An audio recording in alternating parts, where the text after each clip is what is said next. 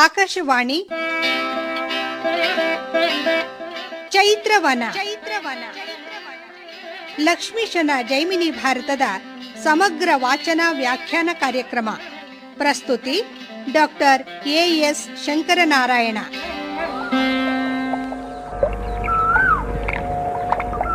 ಪ್ರಿಯ ಕೇಳುಗರೆ, ಇಂದಿನ ಚೈತ್ರವನ ಕಾರ್ಯಕ್ರಮದಲ್ಲಿ ಲಕ್ಷ್ಮೀಶನ ಜೈಮಿನಿ ಭಾರತದಲ್ಲಿ 8ನೆಯ ಸಂಧಿಯ ಕೆಲ ಪದ್ಯಗಳ ವಾಚನ ಹಾಗೂ ವ್ಯಾಖ್ಯಾನವನ್ನು ಕೇಳಲಿದ್ದೀರಿ. ವಾಚನ ಮಾಡಲಿದ್ದಾರೆ ಶ್ರೀ ಎಂಎಸ್ ಅನಂತನಾರಾಯಣ. ವ್ಯಾಖ್ಯಾನ ಮಾಡಲಿದ್ದಾರೆ ಶ್ರೀ ಹೊಸಹಳ್ಳಿ ರಾಜಾರಾಮಮೂರ್ತಿ.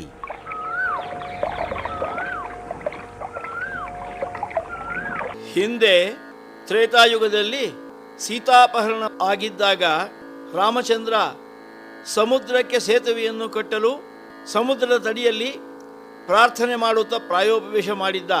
ಸಮುದ್ರ ರಾಜ 3 ದಿನವಾದರೂ ಕಾಣಿಸಿಕೊಳ್ಳದೇ ಇರೋಣ. ರಾಮಚಂದ್ರನ ಕ್ರೋಧವು ಮಿತಿ ಮೀರಿದೆ.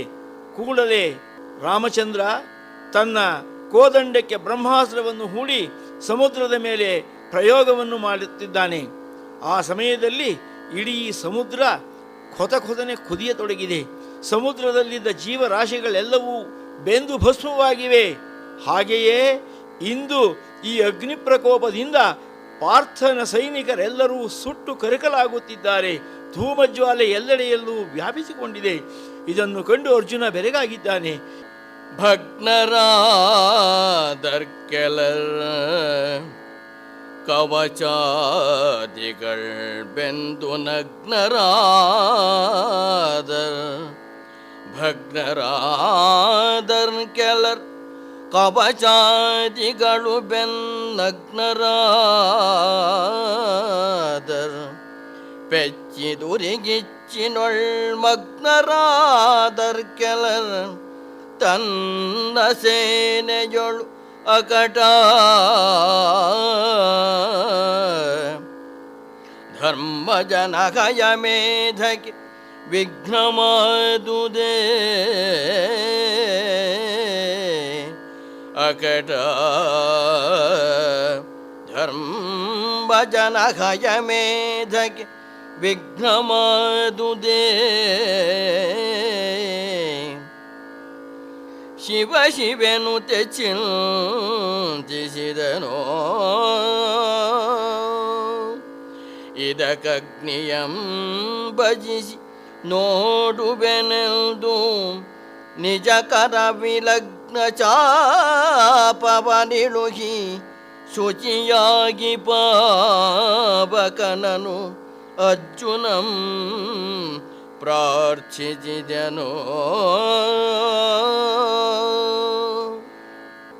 ಮೈಕೈಗಳೆಲ್ಲ ಸುಟ್ಟ ಸೈನಿಕರು ದಿಕ್ಕಾಪಾಲಾಗಿ ಓಡುತ್ತಿದ್ದಾರೆ. ಹಲವರ ಕವಚಾದಿಗಳು ಸುಟ್ಟು ಭಸ್ಮವಾಗಿ ನಗ್ನರಾಗಿದ್ದಾರೆ.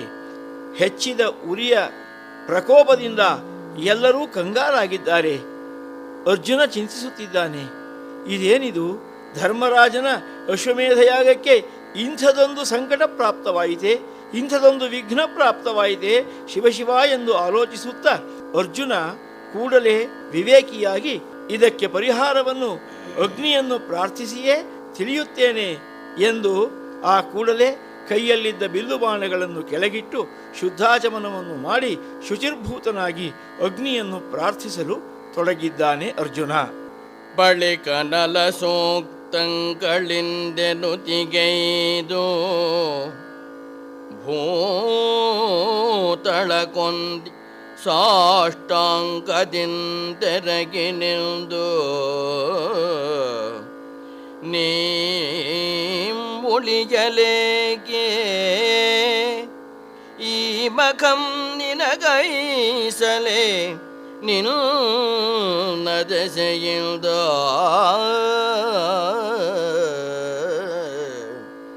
ಅಖಿಲ ಸುರರ್ಗ ತಳೆಬಹುದು ಕವಿರ್ಭಾಗಂ. ಈ ಚರಾಚರದ ಪೊರೆಗೆ ಒಳಗೆಲ್ಲ ಮುನ್ನೀನೇ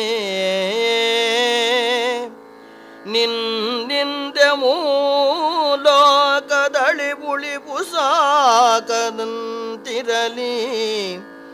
ಎನಗೆ ಮಾರ್ಗಮಂ ಕೊಟ್ಟು ಉಳುಗಬೇಕೆಂದನು.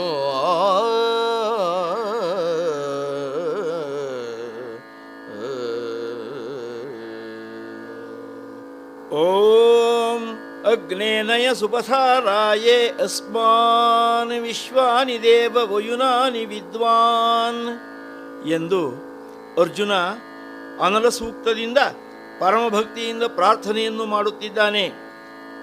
ತೇರಿನಿಂದ ಕೆಳಕ್ಕಿಳಿದು ನೆಲದ ಮೇಲೆ ಸಾಷ್ಟಾಂಗ ನಮಸ್ಕಾರವನ್ನು ಮಾಡುತ್ತಿದ್ದಾನೆ.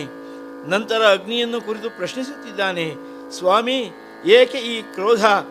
ನಿನಗಾಗಿಯೇ ಈ ಯಜ್ಞವಲ್ಲವೇ? ಸಕಲ ದೇವರ ಹವಿರ್ಭಾಗವನ್ನು ನಿನ್ನ ಮೂಲಕವಾಗಿಯೇ ಅಲ್ಲವೇ ನಾವು ಕಳುಹಿಸುವುದು? ಚರಾಚರರೆಲ್ಲರನ್ನೂ ಪೊರೆಯುವುದು ನಿನ್ನ ಕರ್ತವ್ಯವಲ್ಲವೇ?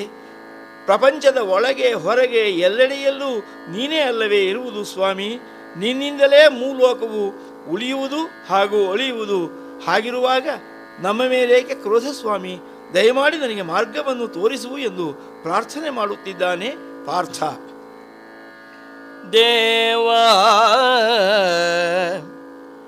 ನೀನಂದು ಗಾಂಡೀವಂ ತನಗಿತ್ತೇ ಭಾವಿಸಲ್ ಪಾಂಚಾಲ ನಿನ್ನೊಳುದ್ಭವಿಸಿದಳು. ನಾವು ಲೋಕರೆ ನಿನಗೆ ಪೇಳೆಂದು ನುತಿಸಿ ಕುಂತೀಸುತಂ ಬೇಡಿಕೊಳ್ಳಲು ಪಾವಕಂ ಬೆಚ್ಚಿ ನುಡಿದಂ ಪಾರ್ಥ ಕೇಳಾದೊಡೆ ಆಪು ಮುಳಿಯವು ನಿಮಗೆ ಹರಿ ಸಮೀಪದೊಳಿರ್ದು ಈ ವಾಜಿ ಮೇಧಮೇಗೆ ಅಮೃತಮಿರಲು ಅಳೆಗೆಳಸಿದಂತಾಯ್ತು ನಿಮಗೆಂದನು.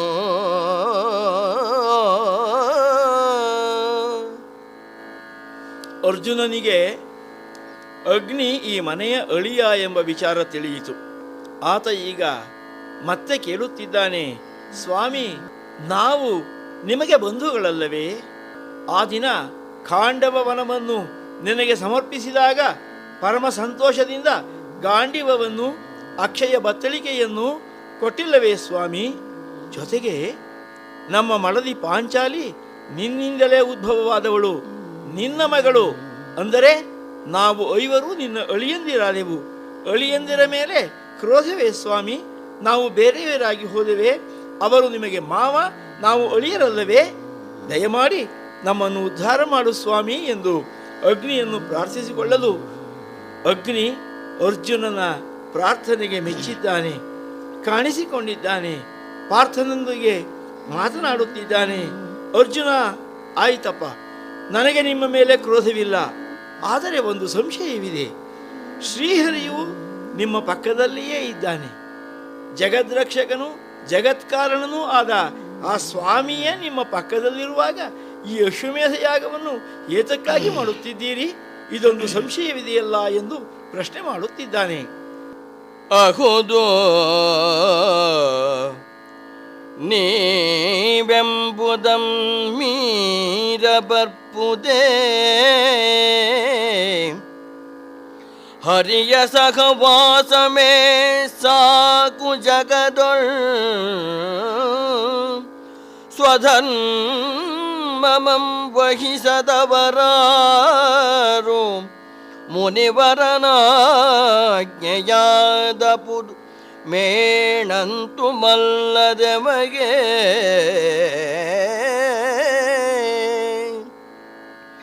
ವಿಹಗೇಂದ್ರ ವಾಹನಂ ಮಾಡುವೇಳ್ಕೆಲ್ದು ಅನುಗ್ರಹಿಸಿದಂ ಮಖಮನು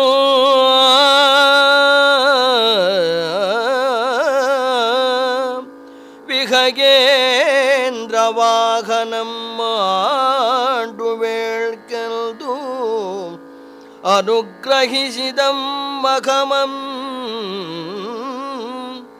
ಇದಕ್ಕೆಂತೆ ದುನರನಲ್ ದಹಿಪುತಮ್ಮಾಂದನು ಎಂದ ಭಯಮಿತ್ತಗ್ನಿ ನೀಲಧ್ವಜಂಗೆ ಇನುದಂದನು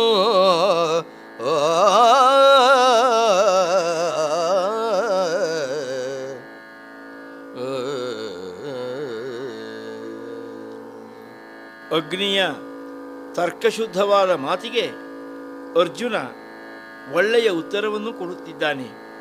ಹೌದು ಸ್ವಾಮಿ, ನೀವು ಹೇಳುವುದು ನಿಜ. ಯಜ್ಞದ ಅವಶ್ಯಕತೆ ಖಂಡಿತವಾಗಿಯೂ ಇಲ್ಲ. ಆದರೆ ಶ್ರೀಹರಿಯ ಸಹವಾಸವೇ ನಮಗೆ ಸಾಕಾಗಿತ್ತು. ಆದರೆ ಋಷಿಗಳೆಲ್ಲರೂ ಯಜ್ಞವನ್ನು ಮಾಡಬೇಕೆಂದು ಅನುಜ್ಞೆಯನ್ನು ನೀಡಿದ್ದಾರೆ. ಸ್ವಧರ್ಮವನ್ನು ಆಚರಿಸುವುದು ಮನುಷ್ಯರ ಧರ್ಮ ತಾನೇ. ಮುನಿವರರ ಆಜ್ಞೆಯನ್ನೂ ಮೀರುವಂತಿಲ್ಲ. ಜತೆಗೆ ಶ್ರೀಕೃಷ್ಣ ಪರಮಾತ್ಮನೇ ಬಂದು ನಮ್ಮ ಅಣ್ಣ ಧರ್ಮರಾಜನಿಗೆ ಯಜ್ಞವನ್ನು ಮಾಡು ಎಂದು ಅಪ್ಪಣೆಯನ್ನು ಕೊಟ್ಟಿದ್ದಾನೆ. ಆದ್ದರಿಂದ ನಾವು ಈ ಯಜ್ಞಕ್ಕೆ ಉದ್ಯುಕ್ತರಾಗಿದ್ದೇವೆ ಎಂದು ಹೇಳಲು ಅವನ ಮಾತಿಗೆ ಮೆಚ್ಚಿ ಅಗ್ನಿ ಕೂಡಲೇ ತನ್ನ ಶಕ್ತಿಯನ್ನು ಉಪಸಂಹಾರ ಮಾಡಿಕೊಂಡಿದ್ದಾನೆ. ಉರಿಯುವ ಬೆಂಕಿ ನಂದುವಂತೆ ಮಾಡಿದ್ದಾನೆ. ನಂತರ ಮಾವನಾದ ನೀಲಧ್ವಜನನ್ನು ಕುರಿತು ಹೇಳುತ್ತಿದ್ದಾನೆ ಅಗ್ನಿದೇವ. ಸಂಗರಂ ಬೇಡ ನರನೊಡನೆ, ಸಂಗರಂ ಬೇಡ ನರನೊಡನೆ, ಸಾಕಾತನ ತುರಂಗಮವ ಬಿಡು, ನಡೆ ನಗರಕ್ಕೆಂದು ವೈಶ್ವಾನರಂ ಗುಣದೊಳ್ ಅರಸನಂ ತಿರುಗಿಸಿದನು. ಅತ್ತಲರ್ಜುನನ ನುರಿಯಡಾಬರವನು ಭಂಗಿಸಿದನು. ಹೆಚ್ಚು ನಾರಾಯಣಾಸ್ತ್ರದೊಳ್ ಅನ್ನಗಂ ಗಗನಮಣಿ ಪಶ್ಚಿಮಾಂಗನಯ ಬೈತಲೆಯ ರಂಗುಮಾಣಿಕದಂತೆ ಕಣ್ಗೆ ಕಾಣಿಸುತ್ತಿದ್ದುದು ಅಸ್ತಗಿರಿ ಮಸ್ತಕದೊಳು.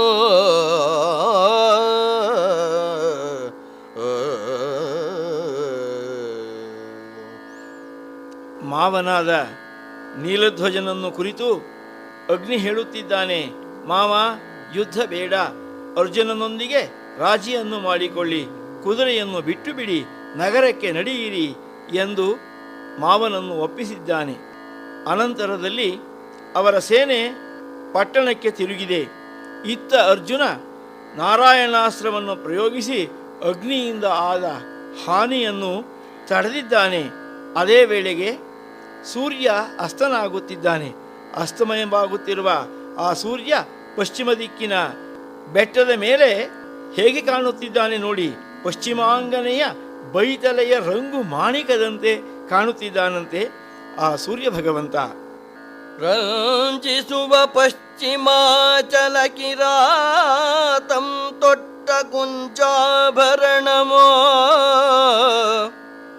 ಮೇಣ್ ಗಗನಾಂಬುಧಿಯ ತಡಿಯ ಮಂಜು ವಿದ್ರಮಲತೆಯೋ, ಮೇಣು ಅಪರ ದಿಗ್ವಧುವಿನಂಗ ಕುಂಕುಮಲೇಪವೋ, ಅಂಜನೇ ಬಧ ಸಿಂಧುರವೋ, ಶಿವನ ಮಸ್ತಕದ ಕೆಂಚಡೆಯೋ, ವಿಷ್ಣು ಪದ ಪಂಕರುಹದ ಅರುಣತೆಯೋ, ವಿಷ್ಣು ಪದ ಪಂಕರದ ಅರುಣತೆಯೋ, ಸಂಜೆ ಬೆಣ್ಣುಟ್ಟ ರಕ್ತಾಂಬರವೋ ಪೇಳೆನಲ್ಗೆ ಆ ಬೈಗು ಕೆಂಪೆಸೆದುದು.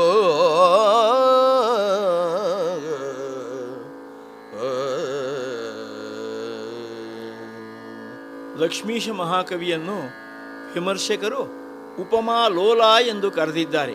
ನೋಡಿ, ಸಾಲು ಸಾಲು ಉಪಮೆಗಳು ಈ ಪದ್ಯದಲ್ಲಿ ಹೇಗೆ ಬರುತ್ತಿವೆ ಎಂದು. ಪಶ್ಚಿಮ ದಿಗ್ಭಾಗ ಕೆಂಪಗಾಗಿದೆ. ಅದನ್ನು ಕವಿ ನಾನಾ ಉಪಮೆಗಳಲ್ಲಿ ವರ್ಣಿಸುತ್ತಿದ್ದಾನೆ.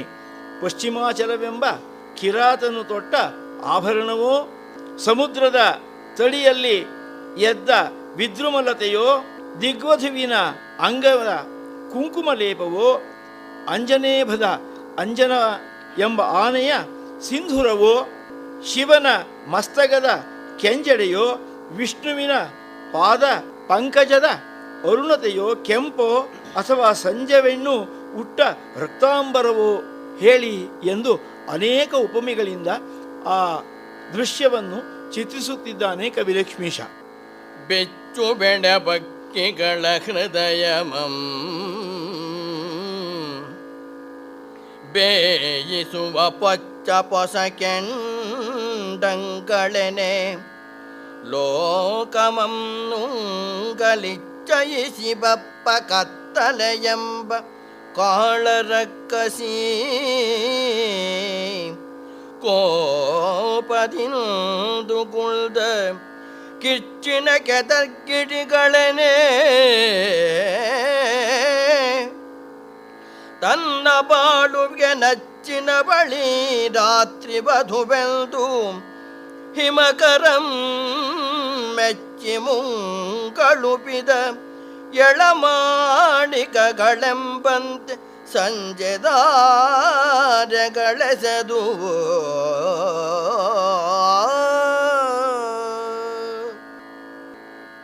ಇಲ್ಲಿ ಕವಿಲಕ್ಷ್ಮೀಶ ರಾತ್ರಿ ಹುಟ್ಟುತ್ತಿರುವ ನಕ್ಷತ್ರಗಳನ್ನು ವರ್ಣಿಸಿದ್ದಾನೆ.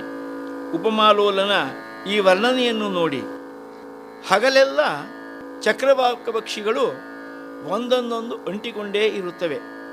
ಕತ್ತಲಾಯಿತೆಂದರೆ ಅವಕ್ಕೆ ವಿರಹ ತಪ್ಪಲಿಲ್ಲ. ಆ ರೀತಿಯಾಗಿ ಚಕ್ರವಾಕದ ಹೃದಯಗಳನ್ನು ದೂರ ಮಾಡಿ ಬೇಯಿಸುವ ಕೆಂಡವೋ ಅಥವಾ ಲೋಕವನ್ನು ನುಂಗಲು ಇಚ್ಛಿಸಿ ಬರುತ್ತಿರುವ ಕತ್ತಲೆ ಎಂಬ ಕಾಳರಕ್ಕಸಿ ಕೋಪದಿಂದ ಉಗುಳಿದ ಕಿಚ್ಚಿನ ಕಿಡಿಗಳೋ, ಅಥವಾ ಚಂದ್ರ ತನಗೆ ಈ ರಾತ್ರಿ ನೆಚ್ಚಿನ ವಧು ಎಂದು ಸಂತೋಷದಿಂದ ಮಾಣಿಕ್ಯವನ್ನು ಅವಳಿಗೆ ಅರ್ಪಿಸಿದ್ದಾನೋ ಎಂಬಂತೆ ಸಂಜೆಯ ತಾರಕೆಗಳು ಮೆರೆಯುತ್ತಿವೆ. ಓಡಿದುವು ಪಕ್ಷಿಗಳು ಗೋಡಿಂಗೆ ದಶಗಳಂ ನೋಡಿದುವು ಘೋಕಂಗಳು ಅಳಿಗಳಂ ಸೆರೆಗೈದು ಪೂಡಿದುವು ಬಾಗಿಲಂ ಕಮಲಂಗಳು ಅರದುವು ಇಂದೀವರಂಗಳಭದೊಳು ಮೂಡಿದುವು ತಾರೆಗಳು ಚಕ್ರವಾಕಂಗಳಂ ಕಾಡಿದುವು ವಿರಹತಾಪಂಗಳ್ ಇಳೆಯಲ್ಲಮಂ ತೀಡಿದುವು ಕತ್ತಲೆಗಳಲ್ಲಿಗಲ್ಲಿಗೆ ಮನೆ ಮನೆಗೆ ಸೊಡರ್ ಕಣ್ಗೆಸದುವು. ಕತ್ತಲಾಗುತ್ತಿರುವ ದೃಶ್ಯವನ್ನು ಕವಿಲಕ್ಷ್ಮೀಶ ಬಹಳ ಸುಂದರವಾಗಿ ವರ್ಣಿಸುತ್ತಿದ್ದಾನೆ. ಪಕ್ಷಿಗಳೆಲ್ಲವೂ ತಮ್ಮ ತಮ್ಮ ಮರಿಗಳನ್ನು ನೆನೆದು ಗೂಡಿಗೆ ಓಡಿ ಧಾವಿಸುತ್ತಿವೆ, ಹಾರಿ ಹೋಗುತ್ತಿವೆ. ಜೊತೆಗೆ ಕಾಗೆ ಗೂಗೆಗಳು ತಮ್ಮ ತಮ್ಮ ಗೂಡುಗಳನ್ನು ನಡೆಸಿ ಓಡುತ್ತಿವೆ. ದುಂಬಿಗಳನ್ನು ತನ್ನ ಗರ್ಭದಲ್ಲಿ ಸೆರೆಯಿಟ್ಟುಕೊಂಡೇ ಕಮಲ ಪುಷ್ಪ ಬಾಗಿಲನ್ನು ಮುಚ್ಚಿಕೊಳ್ಳುತ್ತಿದೆ. ಕನ್ನೈದಿರೆಗಳು ಅರಳುತ್ತಿವೆ. ಆಕಾಶದಲ್ಲಿ ನಕ್ಷತ್ರಗಳು ಕಾಣತೊಡಗಿದಿವೆ. ಚಕ್ರವಾಕ ಪಕ್ಷಿಗಳು ಒಂದೊಂದೊಂದು ಅಗಲಿ ಕಿರುಚುತ್ತಿವೆ, ವಿರಹತಾಪದಿಂದ ಕಂಗೆಡುತ್ತಿವೆ. ಹೀಗೆ ಕತ್ತಲೆ ಮನೆ ಮನೆಗೂ ಆಕ್ರಮಿಸಿಕೊಂಡು ಎಲ್ಲೆಡೆ ಸೊಡರು ಬೆಳಗುವಂತೆ ಮಾಡಿದೆ. ರವಿ ಪಶ್ಚಿಮಾದ್ರಿಯಂಬರೆಗೊಳೆ ತಮಸ್ತೋ ಮಮ ವನಿಯಂ ಉಸುಚಿತರದೊಳ್ ಅಸಿತಧ್ವಜಂ ಬವರದೊಳ್ ಮುರಿದು ಭಂಗಿತನಾಗಿ ತಿರುಗಿದಂ ತನ್ನ ಪಟ್ಟಣ ಕಿತ್ತಲು ಪವನ ಸಖನಂ ಬೇಡಿಕೊಂಡು ನಾರಾಯಣಾಸ್ತ್ರವನೆಚ್ಚು ಪೆರ್ಚಿ ದುರಿಯಂ ಕಿಡಿಸಿ ನಿಜ ಸೈನಿಕವನೆಲ್ಲ ಬಿಡಿಸಿದಂ ದೇವಪುರ ಲಕ್ಷ್ಮೀಪತಿ ಮೈದು ನಮ್ಮುದದೊಳು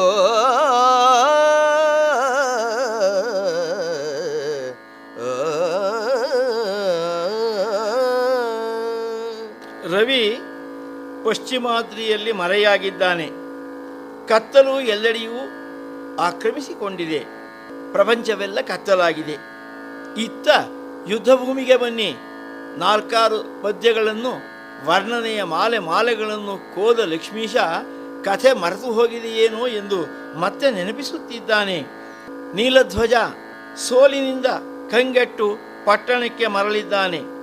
ಅಗ್ನಿಯನ್ನು ಪ್ರಾರ್ಥನೆ ಮಾಡಿಕೊಂಡು ಅರ್ಜುನ ನಾರಾಯಣಾಸ್ತ್ರವನ್ನು ಪ್ರಯೋಗ ಮಾಡಿ ಹೆಚ್ಚಿದ ಉರಿಯನ್ನು ಕಡಿಮೆ ಮಾಡಿ ತನ್ನ ಸೈನಿಕರ ತಾಪವನ್ನು ಬಿಡಿಸಿದ್ದಾನೆ. ಎಲ್ಲವೂ ಆ ಲೇವಪುರದ ಲಕ್ಷ್ಮೀಪತಿಯ ಕೃಪೆ. ಆತನ ಮೈದುನ ವಿಜಯವನ್ನು ಅನುಭವಿಸುತ್ತಿದ್ದಾನೆ.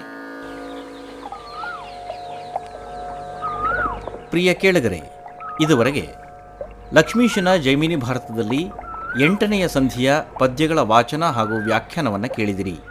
ವಾಚನ ಮಾಡಿದವರು ಶ್ರೀ MS ಅನಂತನಾರಾಯಣ, ವ್ಯಾಖ್ಯಾನ ಮಾಡಿದವರು ಹೊಸಹಳ್ಳಿ ಶ್ರೀ ರಾಜಾರಾಮಮೂರ್ತಿ. ಇನ್ನು ಮುಂದೆ 9ನೆಯ ಸಂಧಿಯ ಪದ್ಯಗಳ ವಾಚನ ಹಾಗೂ ವ್ಯಾಖ್ಯಾನ. ಜ್ವಾಲೆ ನಿಜ ಕಾಂತನಂ ಚಲದಿಂದೆ ಬಿಟ್ಟು ತನ್ನಾಲಯದೊಳಿರದೆ ಪೊರಮಟ್ಟು ಬಂದು ಅರ್ಜುನನ ಮೇಲೆ ತಂತ್ರವನಿಕ್ಕಿ ಶಾಪಮಂ ಕುಡಿಸಿದಳ್ ದೇವನದಿಯಂ ಕೆರಳ್ಸಿ ಜ್ವಾಲೆ ನಿಜ ಕಾಂತನಂ ಚಲದಿಂದೆ ಬಿಟ್ಟು ತನ್ನಾಲಯದೊಳಿರದೆ ಪೊರಮಟ್ಟು ಬಂದು ಅರ್ಜುನನ ಮೇಲೆ ತಂತ್ರವನಿಕ್ಕಿ ಶಾಪಮಂ ಕುಡಿಸಿದಳ್ ದೇವನದಿಯಂ ಕೆರಳ್ಸಿ ನೀಲಧ್ವಜನ ರಾಣಿಯಾದ ಜ್ವಾಲೆ ಅರ್ಜುನನ ಮೇಲೆ ಯುದ್ಧ ಮಾಡುವಂತೆ ಪತಿಯನ್ನು ಮತ್ತೆ ಮತ್ತೆ ಪ್ರೇರೇಪಿಸಿ ಆತ ನಿರಾಕರಿಸೋಣ ಕ್ರೋಧದಿಂದ ಮನೆಯನ್ನು ಬಿಟ್ಟು ಹೊರಬಂದು ತಂತ್ರವೊಂದನ್ನು ಮಾಡಿ ದೇವಗಂಗಾ ನದಿಯಿಂದ ಅರ್ಜುನನಿಗೆ ಶಾಪ ಬರುವಂತೆ ಮಾಡಿದ್ದಾಳೆ ಎನ್ನುವುದು ಈ ಸಂಧಿಯ ಕಥಾಭಾಗ. ಇಂದು ಕುಲತಿನಕ ಜನಮೇ ಜಯ ನರೇಂದ್ರಕ್ಕೆ ಇಂದು ಕುಲತಿಲಕ ಜನಮೇ ಜಯ ನರೇಂದ್ರಕ್ಕೆ ಅಂದು ನೀಲಧ್ವಜಂ ತಿರುಗಿ ತನ್ನರಮನೆಗೆ ಬಂದು ವೈಶ್ವಾನರನನುಜ್ಞೆಯಿಂ ಪಾರ್ಥನ ತುರಂಗಮವ ಬಿಡುವೆನೆಂದು ನಿಂದು ಮಂತ್ರಿಗಳ ಕರಸಲ್ಕೆ ಅದಂ ಕೇಳ್ದು ನಡೆತಂದು ನುಡಿದಳ್ ಜ್ವಾಲೆಯಂಬರಸಿಪತಿಗೆ ನೀನಿಂದು ಸಿತವಾಹನಂಗಿಯದಿರ್ಕುದುರೆಯಂ ಬೆದರದಿರು ಎನ್ನುತ್ತೆ ತಡೆದಳು.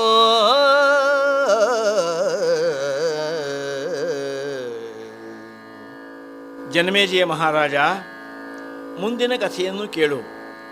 ನೀಲಧ್ವಜ ಪಟ್ಟಣಕ್ಕೆ ಮರಳಿದ, ಅರಮನೆಗೆ ಬಂದ, ಮಂತ್ರಿಗಳೊಂದಿಗೆ ಚಿಂತಿಸಿದ. ಅಗ್ನಿಯ ಅಪ್ಪಣೆಯಂತೆ ಕುದುರೆಯನ್ನು ಅರ್ಜುನನಿಗೆ ಒಪ್ಪಿಸಲು ಸಿದ್ಧನಾದ. ಆ ಸಮಯದಲ್ಲಿ ಆತನ ಮಡದಿ ಜ್ವಾಲೆ ಎಂಬುವಳು ಪತಿಯ ಸಮೀಪಕ್ಕೆ ಬಂದಳು.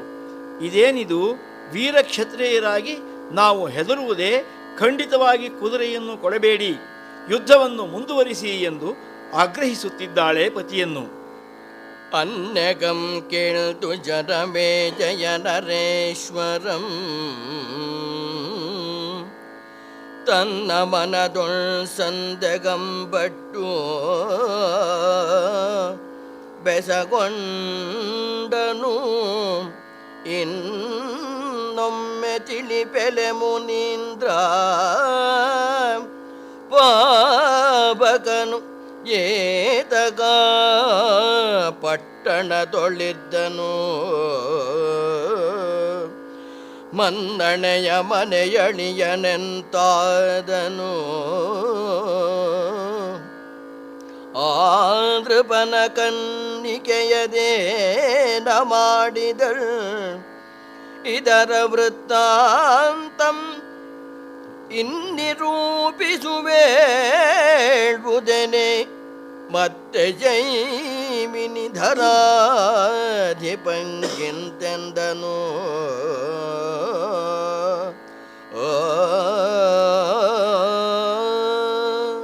ಭಾರತದ ಕಥೆಯಲ್ಲಿ ಒಮ್ಮೊಮ್ಮೆ ಹೀಗಾಗುವುದುಂಟು. ಎಲ್ಲ ಸಮಯದಲ್ಲೂ ಕೇಳು ಜನಮೇಜಯ ಕೇಳು ಜನಮೇಜಯ ಎನ್ನುತ್ತಿದ್ದರೆ ಆ ಜನಮೇಜಯ ಕೇಳುತ್ತಿದ್ದಾನೋ ಇಲ್ಲವೋ ಎನ್ನುವುದೇ ಗೊತ್ತಾಗುವುದಿಲ್ಲ. ಆದರೆ ಒಮ್ಮೊಮ್ಮೆ ಅಪರೂಪಕ್ಕೆ ಜನಮೇಜಯನು ಮಾತನಾಡಲು ತೊಡಗುತ್ತಾನೆ. ಈಗ ಹಾಗಾಯಿತು. ಇಲ್ಲಿಯವರೆಗೂ ಕಥೆಯನ್ನು ಕೇಳುತ್ತಿದ್ದ ಜನಮೇಜಯ ಮಹಾರಾಜ ಜೈಮಿನಿ ಮಹಾಮುನಿಗಳನ್ನು ಕುರಿತು ಪ್ರಶ್ನಿಸುತ್ತಿದ್ದಾನೆ. ಸ್ವಾಮಿ, ನನಗೊಂದು ಸಂದೇಹವಾಗುತ್ತಿದೆ. ನೀವೇನೋ ಅಗ್ನಿ ಆ ಮನೆಯ ಅಳಿಯನಾಗಿದ್ದ ಎಂದು ಹೇಳಿದಿರಿ. ಆದರೆ ಹೇಗೆ ಅಗ್ನಿ ಆ ಮನೆಯ ಅಳಿಯನಾದ? ಆ ಮನೆಯ ಮಗಳು ಯಾವ ತಪಸ್ಸನ್ನು ಮಾಡಿ ಅಗ್ನಿಯನ್ನು ತನ್ನ ವಶಕ್ಕೆ ಪಡೆದಳು? ಈ ವೃತ್ತಾಂತವನ್ನು ನಾನು ಕೇಳಲೇ ಇಲ್ಲವಲ್ಲ. ದಯಮಾಡಿ ತಾವು ಅಗ್ನಿ ಆ ಮನೆಯ ಅಳಿಯನಾದ ಕಥೆಯನ್ನು ನನಗೆ ವಿಸ್ತಾರವಾಗಿ ತಿಳಿಸಬೇಕು ಎಂದು ಕೇಳಲು ಜೈಮಿನಿ ಮಹಾಮುನಿಗಳು ಹೇಳುತ್ತಿದ್ದಾರೆ. ಆಲಿಸಿನ್ನ ದೊಡೆಲೆ ಭೂಪ ನೀಲಧ್ವಜಂ ಜ್ವಾಲೆಯಂ ಬರಸಿಯೊಳ್ ಪಡೆದನು. ಅತಿರೂಪ ಗುಣಶೀಲಂಗಳಿಂದೆಸವತನು ಜಯಂ ಸ್ವಾಘಾಭಿದಾನದಿಂದೇ ಬಳೆಯುತ್ತಿರುವ ಆಲೋಲಲೋಚನೆಗೆ ಯೌವನಂಬರೇ ಪಿತಂಬೂಲೋಕದೊಳಗುಳ್ಳ ಪುರುಷರ್ಕಳಂ ಪಟದ ಮೇಲೆ ರೂಪಿಸಿ ತೋರಿದನ್. ಇದರೊಳ್ ಆರು ನಿನಗೆ ವಲ್ಲಭಂ ಪೇಳ್ಬುದೆಂದು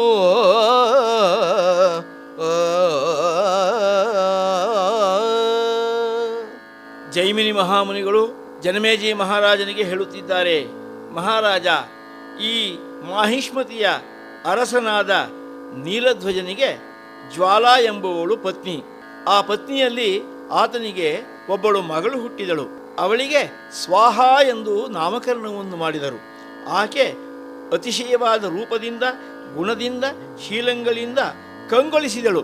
ಅಂತಹ ಸ್ವಾಹ ದೇವಿಗೆ ಮದುವೆಯನ್ನು ಮಾಡಲು ಆಲೋಚಿಸಿ ಮಹಾರಾಜನಾದ ನೀಲಧ್ವಜನು ಚಿತ್ರಪಟದಲ್ಲಿ ದೇಶ ದೇಶಗಳ ರಾಜರ ಭಾವಚಿತ್ರಗಳನ್ನು ಬರೆಸಿ, ಇದರಲ್ಲಿ ಯಾರನ್ನು ವರಿಸುತ್ತೀಯೇ ಮಗಳೇ, ಅವರಿಗೆ ನಿನ್ನನ್ನು ಕೊಟ್ಟು ಮದುವೆ ಮಾಡುತ್ತೇನೆ ಎಂದು ಹೇಳಲು ಅಷ್ಟದಿಕ್ಪಾಲಕರಲ್ಲಿ ಅಗ್ನಿ ಸರ್ವಶ್ರೇಷ್ಠನಾಗಿದ್ದಾನೆ, ನಾನು ಆ ಅಗ್ನಿಯನ್ನೇ ಮದುವೆಯಾಗುತ್ತೇನೆ ಎಂದು ಹೇಳಿದ್ದಾಳೆ ಸ್ವಾಹಾದೇವಿ. ಇದುವರೆಗೆ ಲಕ್ಷ್ಮೀಶನ ಜೈಮಿನಿ ಭಾರತದಲ್ಲಿ 9ನೆಯ ಸಂಧಿಯ ಕೆಲ ಪದ್ಯಗಳ ವಾಚನ ಹಾಗೂ ವ್ಯಾಖ್ಯಾನವನ್ನು ಕೇಳಿದಿರಿ. ವಾಚನ ಮಾಡಿದವರು ಶ್ರೀ MS ಅನಂತನಾರಾಯಣ, ವ್ಯಾಖ್ಯಾನ ಮಾಡಿದವರು ಹೊಸಹಳ್ಳಿ ಶ್ರೀ ರಾಜಾರಾಮಮೂರ್ತಿ. ಚೈತ್ರವನ ಕೇಳಿದ್ರಿ. ಕಾರ್ಯಕ್ರಮದ ಪ್ರಸ್ತುತಿ ಡಾಕ್ಟರ್ AS ಶಂಕರನಾರಾಯಣ. ನಿರ್ಮಾಣ ನೆರವು ಸಂಜೀವ R ನಾಮಣ್ಣವರ್. ಇದು ಇಂದಿನ ಚೈತ್ರವನ. ಈ ಕಾರ್ಯಕ್ರಮ ಆಕಾಶವಾಣಿ ಭದ್ರಾವತಿ ಕೇಂದ್ರದ ಕೊಡುಗೆ.